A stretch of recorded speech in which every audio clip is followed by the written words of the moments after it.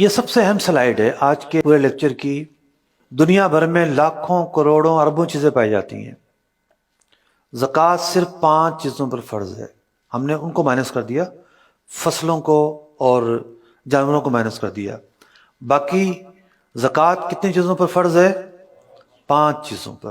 کتنی آسانی ہے شریعت مطہرہ کی۔ پہلی چیز ہے سونا۔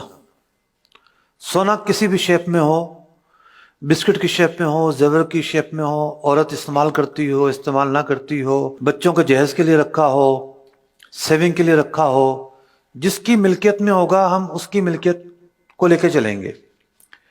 زکوٰۃ ہم نے سنا بالغ پر فرض ہے، تو جو بالغ ہے اس کی ملکیت میں جو چیز ہے ہم اس کی ایک بیلنس شیٹ بنائیں گے۔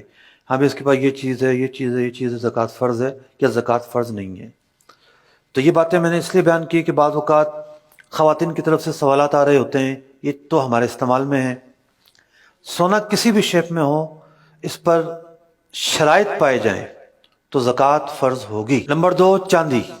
چاندی کا بھی یہی معاملہ ہے، کسی بھی شیپ میں ہو، استعمال میں ہو نہ ہو، شرائط پائے جائیں تو اس پر بھی زکوٰۃ فرض ہوگی۔ جو تیسری چیز ہے وہ ہے کرنسی۔ کرنسی پاکستانی ہو، ڈالر ہو، ریال ہو، کوئی بھی کرنسی ہو، اس پر زکوٰۃ فرض ہوگی۔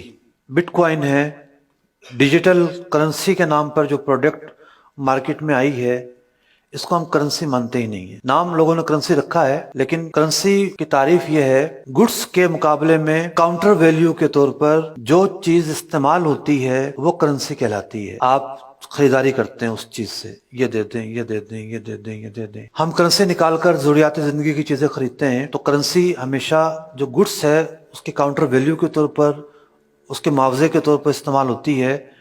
بٹ کوائن زیادہ سے زیادہ ایک انسٹرومنٹ ہے، ٹریڈنگ انسٹرومنٹ ہے، زیادہ سے زیادہ بس۔ اور وہ بھی ہے کہ نہیں ہے، اس میں بھی علماء کو اختلاف ہے۔ ہمارا فتویٰ یہ ہے کہ ڈیجیٹل کرنسی کی خرید و فروخت جائز نہیں ہے، کیونکہ اس کے اندر غرر ہے، اس کے اندر دھوکہ ہے۔ مارکیٹ اتنی اپ ڈاؤن ہے، اتنی صورتیں ہیں عجیب و غریب، تو ہم نے اس کے جواز کا فتویٰ نہیں دیا۔ پاکستان میں ویسے بھی غیر قانونی ہے، ایف آئی اے پکڑ لیتی ہے، چھاپے پڑتے ہیں، اور ملک کے لیے انتہائی شدید نقصان دہ ہے۔ ایک بٹ کوائن کی قیمت آج کل تو پتہ نہیں کتنی چل رہی ہے، معلوم ہے کسی کو بھی؟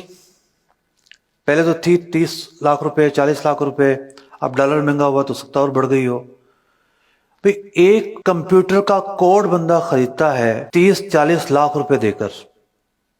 30-40 لاکھ روپے میں فیکٹری لگ جاتی ہے، فیکٹری لگتی ہے، مصنوعات تیار ہوتی ہیں، باہر جاتی ہیں، ایکسپورٹ ہوتا ہے، ملک میں ڈالر آتا ہے، لوکلی لیبر کو کام ملتا ہے۔ 30-40 لاکھ روپیہ ایک کمپیوٹر کے کوڈ میں آپ نے رکھ دیا، جس کا پاسورڈ بھول گئے تو گئے کام سے۔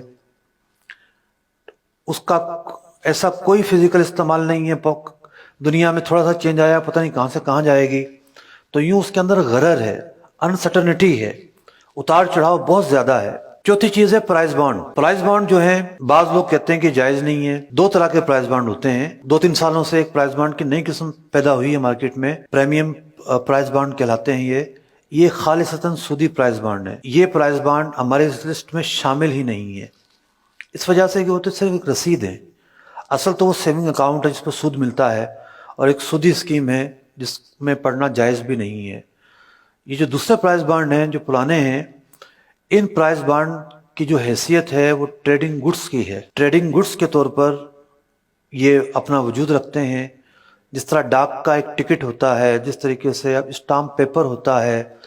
ڈاک کا ٹکٹ ایک ہی ایریا کا ہے لیکن اس کی قیمتیں ڈیفرنٹ ہیں، اسٹامپ پیپر ایک ہی پیپر ہے، A4 کا پیپر، اس کی قیمتیں ڈیفرنٹ ہیں، اور اس ڈیفرنٹ قیمتوں کی وجہ سے آپ اس کو خرید رہے ہوتے ہیں۔ تو اس پرائز بانڈ ایک خود گڈس ہے، اگر گم ہو جائے تو آپ کے پیسے چلے جاتے ہیں۔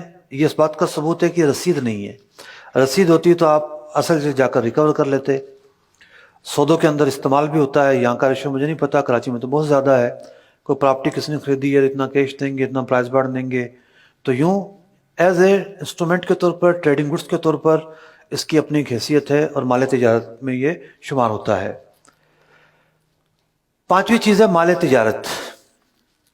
وہ چیز جو آپ نے بیچنے کے لیے خریدی ہے، وہ چیز جو آپ نے بیچنے کے لیے، کسی نے گھر لیا رہنے کے لیے،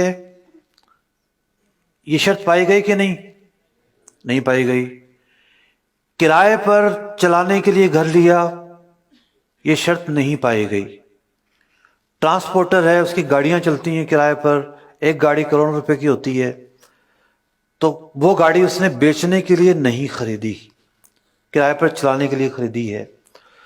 تو مال تجارت سے مراد ہے کہ جس کو آپ خریدتے ہیں بیچنے کے لیے، تو وہ تیار پروڈکٹس ہوں، جیسے کسی کی کریانے کی دکان ہے تو مال تجارت ہے، جو بھی اس کی دکان میں رکھا ہوا ہے بیچنے کا سامان، کچھ سامان فرنیچر ہوگا، کچھ الماریاں ہوں گی، یہ بیچنے کے لیے نہیں ہے۔ آفس ہے کسی کا، اس میں بہت بڑا عالی شان فرنیچر ہے، کمپیوٹر ہیں، بہت ساری چیزیں ہیں، لیکن وہ بیچنے کے لیے نہیں ہے، ان پر زکوٰۃ فرض نہیں ہوگی۔ تو یوں بہت ساری چیزیں ایسی ہیں ہمارے چاروں طرف پھیلی ہوئی، جب ہم ان کو دیکھتے ہیں تو وہ بیچنے کے لیے نہیں ہوں گی۔ فیکٹری والے را مٹیریل خریدتے ہیں، را مٹیریل خریدنے کا مقصد ہوتا ہے پروڈکٹ بنا کر بیچیں گے، تو یہ را مٹیریل جو ہے پارٹ آف دی پروڈکٹ ہوتا ہے، تو اس لیے اس را مٹیریل پر بھی زکوٰۃ فرض ہوگی۔ البتہ جو مشینری، بھاری بھاری مشینری فیکٹریوں میں لگی ہوئی ہیں، کیا وہ بیچنے کے لیے ہیں؟ نہیں، ان مشینریز پر زکوٰۃ فرض نہیں ہے، کیونکہ وہ بیچنے کے لیے نہیں ہے، مال تجارت نہیں ہے۔ ہاں کسی کا کام ہی مشین بیچنے کا ہے تو ظاہر بات ہے اب اس کے لیے یہ آئٹمز جو ہیں وہ ٹریڈنگ گڈس ہوں گے اور زکوٰۃ فرض ہوگی۔ تو یہ 5 چیزیں ہیں جو قابل زکوٰۃ اموال ہیں۔